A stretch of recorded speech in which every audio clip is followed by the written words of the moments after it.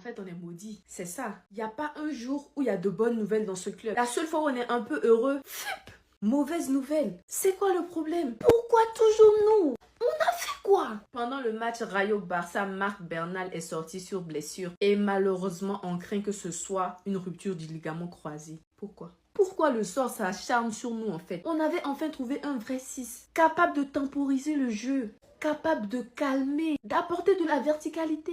Mais non, il fallait qu'il vienne se blesser. En plus, une rupture des ligaments croisés. Je suis dégoûtée. Franchement, je suis dégoûtée. Oui, le Barça a gagné, mais j'ai tellement plus la tête à ça. Cette jeune pépite qui est en train de monter en puissance, s'imposer dans l'équipe A à cause d'un petit match dans ce stade du diable. Franchement, je suis dégoûtée. Je ne sais pas vous, mais je suis dégoûtée. Ça me fait tellement mal. Le diagnostic n'est pas encore très clair, donc on espère que ce ne soit pas une rupture des ligaments croisés. On espère fortement. Parce que si c'est ça, ça veut dire fin de saison. Et une grosse blessure à seulement 17 ans, vous imaginez. C'est vraiment dommage. Qu'est-ce qu'on a fait pour mériter ça? Même pendant une victoire, il nous arrive du malheur. Bernal, après son match incroyable, on nous annonce qu'il s'est fait les ligaments croisés. Et donc fin de saison pour lui. J'en peux plus, on a quasiment une équipe de cadres qui est blessée. On doit jouer la Ligue des Champions avec le nouveau format. La Liga, la Coupe d'Espagne. Et on a trop de blessés les gars. Gavi, De Jong, Christensen, Araujo, Bernal, Ansu Fati également. Les gars, jusqu'à quand? Jusqu'à quand? Là, clairement, sa blessure, elle donne raison aux dirigeants qui nous ont ramené quand même 8 milieux de terrain. Au final, ça a servi. Parce que sans eux, ça se trouve qu'aujourd'hui, là, on n'aurait pas de milieu. Là où je suis inquiet, les gars, c'est qu'en défense, les gars, il nous reste que 5 joueurs défensifs. Je dis 5 joueurs, c'est 5 joueurs qui ont joué les matchs à haut niveau. Donc, il nous reste Inigo Martinez, Koundé, Koubarsi, Baldé, Hector Fort. C'est tout. Vous imaginez qu'il y a encore des blessures défensivement? Ben là, c'est la crise. On joue avec Lewandowski en def central ou Rafinha, vu qu'il défend pas mal. Et ça commence à ressembler à une crise. Offensivement, on est paré. Dani Olmo, Rafinha, Ansu Fati, franchement, ils font le job. Et défensivement, les gars, ça commence à être chaud. Ça commence à être chaud. Sinon, vous, les gars, vous pensez quoi de la situation du Barça? Abonnez-vous, republiez, on est ensemble. Bon, les gars, ça s'est confirmé malheureusement. Ligament croisé pour Bernal. Dommage parce qu'il montait en puissance, parce qu'il est extrêmement jeune, mais on va lui envoyer beaucoup de force. Flick l'avait dit en plus hier, même Laporta, on l'a vu, la tête, on a compris que c'était grave. Donc il n'y avait pas la tête à la fête hier, malgré la victoire qui date de 8 ans là-bas. C'est triste. Ce genre de blessure à cet âge-là. Regardez vous-même la tête de Laporta, en fait. On est tous troublés, genre. Ferran Torres est une équation. Parce qu'on veut savoir ce qu'il montre aux entraînements pour être titulaire. Là, Olmo qui est là, normalement, on ne doit plus le voir sur le terrain. Mais ma question, la question est celle-ci, celle-là, je ne sais pas comment on dit, bref. Elle est de savoir, est-ce qu'il est titulaire dans les plus grands clubs du monde? On va répertorier les meilleurs clubs du monde. Real Madrid, bien évidemment que non. Le PSG, je ne sais pas, mais je pense pas. Barça, non. Bayern, non. Juventus, non. Liverpool, non. City, il vient de là, non. Manchester United, à voir. Chelsea, je ne pense pas. Inter de Milan, non. L'Atlético Madrid non plus. Milan non plus. Arsenal non plus. Benfica, je ne regarde pas les matchs, mais je ne pense pas non plus. Ou peut-être. Hein. Bayer Leverkusen, non. Borussia Dortmund, je ne sais pas, je ne regarde pas leur match.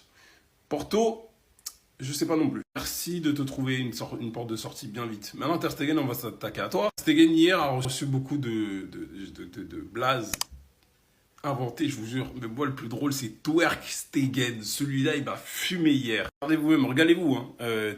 Terroriste, Twerk Stegen. Terre statique. Tout ça pour vous dire qu'en fait, il est vu comme ça déjà par la plupart des supporters catalans et barcelonais.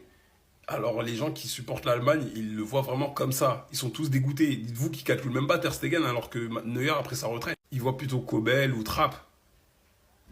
Vraiment le singe qui pense être. Chat. Non, voilà les gars, le foot ça va vite hein. Waouh. Oscar Bob il fait une vraie pré-saison. On parle de lui, on commence à dire il va faire ci, il va faire ça, pouf, il se casse la jambe. Marc Bernal il fait des bons débuts avec la A, tout le monde l'encense, ah là là, la Masia. Voilà, il a 17 ans, il est bon milieu de terrain, il fait ci, il fait ça, et patati et patata, pouf, ligament croisé.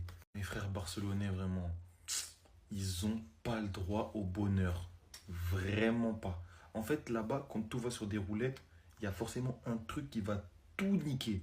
Et c'est ça, c'est de ça qu'il s'agit en fait. Je sais pas qui investit de l'argent dans ce club, mais c'est de l'argent sale. Vous voyez la saleté?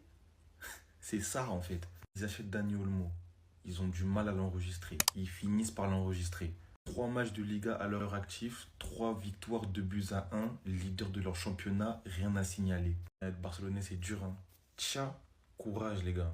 Courage. Et bon rétablissement à lui, en espérant qu'il revienne plus fort. Surveillez pas le ciel, ça viendra d'en bas. Clic, clac, boum. Il était là pour éteindre en fait. Il a tiré que des balles réelles. Donc là, en plein interview, Rio Ferdinand, il lui parle de son objectif de but. Et ça fait plaisir parce qu'il a sorti la réponse que tous les supporters attendaient. Mon objectif, c'est d'abord les 900 et ensuite, ça sera les 1000. Mais le problème n'est pas ici. Avec une différence, tous mes buts seront en vidéo, donc je pourrai le prouver. Et là, Ferdinand, il a capté qu'il parlait de Pelé et tout. Parce que comme vous le savez, il y avait un gros mystère qui tournait autour du joueur. Sur les dernières années, ils ont ajouté des buts au compteur de Pelé, totalement sortis de nulle part. Beaucoup ont pensé que c'était pour conserver son héritage. En tout cas, vrai ou pas, on pourra jamais le savoir. Suite à ça, Ronaldo a bien évidemment répondu: je respecte toutes ces légendes, mais tous mes buts sont répertoriés et sous preuve en vidéo. On va pas se mentir, hein, s'il y arrive, entendre que Ronaldo a mis 1000 buts, tous filmés devant les yeux du monde, sans manquer de respect aux autres, comme il dit, mais ça incarne de force le respect. En même temps, mené par une telle arrogance. Donc, carrément, il a cité: je ne suis pas la personne la plus célèbre au monde parce que j'ai un joli visage, mais parce que je suis le premier dans tout, dans absolument tout. C'est une dinguerie de se faire autant confiance. Vous pouvez dire ce que vous voulez, mais c'est ça, ne pas se sentir comme une merde. Par ailleurs, Ferdinand, il lui a demandé ce grand changement dans sa vie, qu'est l'Arabie Saoudite. Comment ça l'a impacté? Est-ce que ça a été difficile pour lui? Il a répondu: toute ma vie a été faite de défis. J'ai quitté ma maison à 11 ans pour vivre dans une grande ville. Pour moi, c'est facile. Je suis passé de Madère à Lisbonne, de Lisbonne à l'Angleterre, de l'Angleterre à l'Espagne, puis de l'Italie et de nouveau à l'Angleterre. Pour moi, ce n'est pas un problème, l'adaptation. On va pas se mentir, les gars, que c'est la vérité. Ce mec a toujours accepté le défi sans cesse. Il n'a jamais eu froid aux yeux. Par ailleurs, il a cité et écouté parce que c'est là qu'on voit vraiment sa vraie personne. Pour moi, la vraie pression, c'est pas tout ça.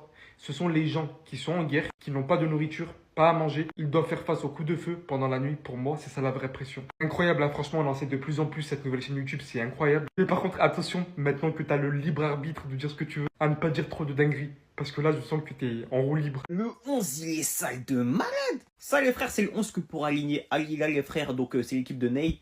Et sincèrement, c'est une dinguerie. C'est une dinguerie. Yacine Bounou dans les cages, les frères. Très, très bon gardien. Très, très bon gardien. La charnière Koulibaly, Tambakati.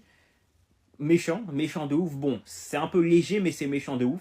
À droite, t'as Cancelo qui est toujours un top player. Il n'y a aucun débat là-dessus. À gauche, Renan Lodi qui, certes, est plus à son meilleur niveau. Enfin, ça n'a jamais été non plus un énorme niveau. Mais voilà, quoi, ça reste quand même très très propre sur le papier. Le milieu, les frères, le milieu d'où Jésus. Milinkovic-Savic et Ruben Neves. Oh là là là, c'est fort, c'est très très fort. Surtout que les deux sont entre guillemets encore jeunes, ils ont même pas la trentaine. Les deux auraient pu être des... Bon, Milinkovic-Savic aurait pu être un top player, les frères. Neves, j'ai un peu plus de doutes, mais c'est quand même deux gros joueurs, on va pas se mentir. Le Ney en 10, le Ney, ça bouge pas, les frères, même s'il y a beaucoup de blessures. Le Ney en forme, c'est le Ney. À droite, Coman, pareil, beaucoup de blessures, mais Coman, ça reste quand même un excellent joueur. Malcolm à gauche, un mec qui n'a peut-être jamais vraiment été au niveau auquel on l'attendait. Malgré tout, ça reste un énorme talent. Et Mitrovic en pointe, les frères, un serial buteur. Franchement, le 11, il est trop méchant.